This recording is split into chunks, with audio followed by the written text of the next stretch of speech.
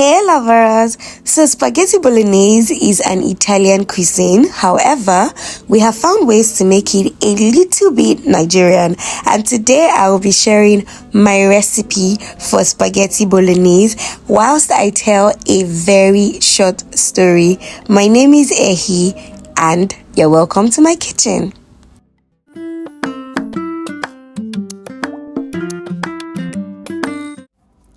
I start off by adding some vegetable oil in a pan. Then I like to flavor my oil with some chopped onions. Saute that until it is nice and fragrant. Add in some crushed ginger and garlic, and then some thyme and curry. So thyme and curry at this stage is actually optional because you can add it later on in the cooking process. But I like to add mine at this stage because it helps to flavor my oil. And after that, I go in with my minced beef. So you can use whole beef and just, grind it or chop it at home if you have a grinder or a chopper. But I like to get mine from the store. Now, to my story.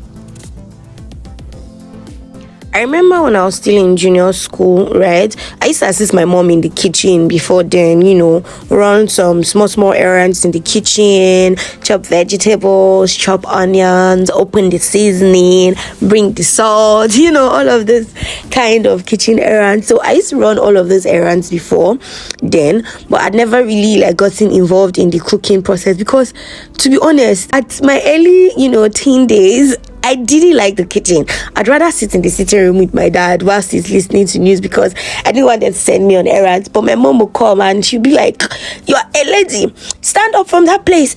I need you in the kitchen."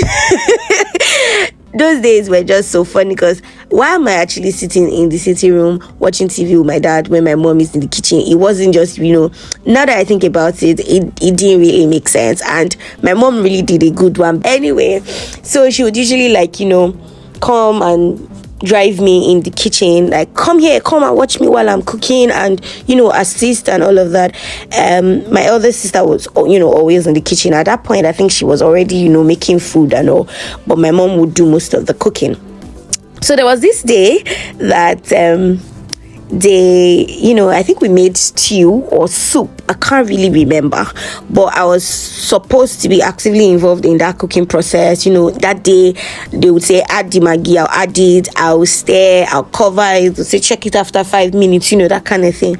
So I pretty much cooked this food, but with directions and a guide in the kitchen. So when the food was cooked, I was supposed to take it off the heat. As I made to remove the pot from fire, next thing I heard was, "Prah!" That's how the pot fell down. Hey! Heavy pot of soup that we're supposed to have for dinner. Jesus Christ. Everything spilled. Guys, it was at that point that I knew that you see those Hollywood movies when a car is coming and somebody is standing in the middle of the road and the person doesn't want to move. The person just stands there and just starts to scream. Sometimes it did happen because immediately the pot spilled. I couldn't even scream. I couldn't shout. I couldn't cry. I just stood and I was just looking at the pot and I was like, hey, what am I going to say? Because that was our dinner. Literally, I was like, oh my God.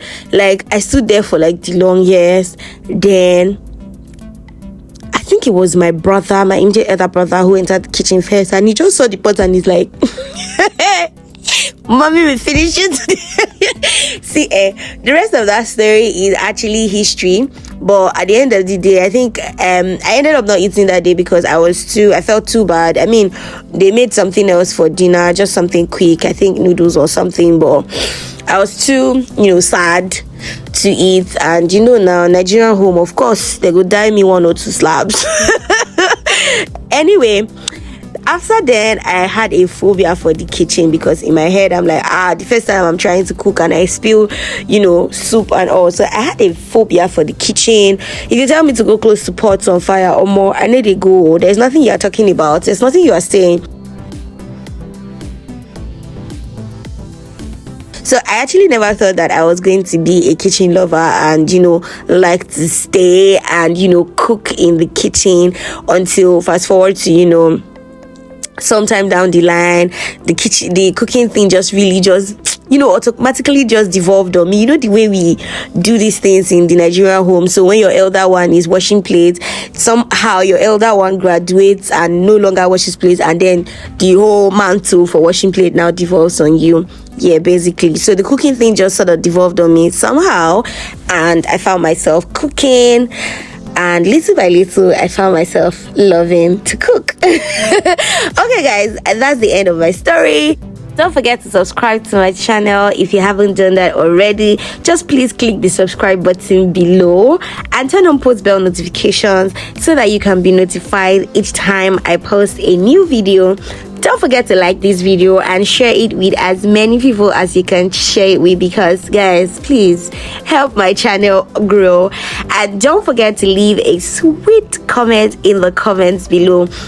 I hope my storytelling wasn't that bad, and if it was, I'm so sorry. This is the first time I'm trying this, and I really hope to improve on my storytelling. And I also hope that you loved watching this video as much as I enjoyed making it.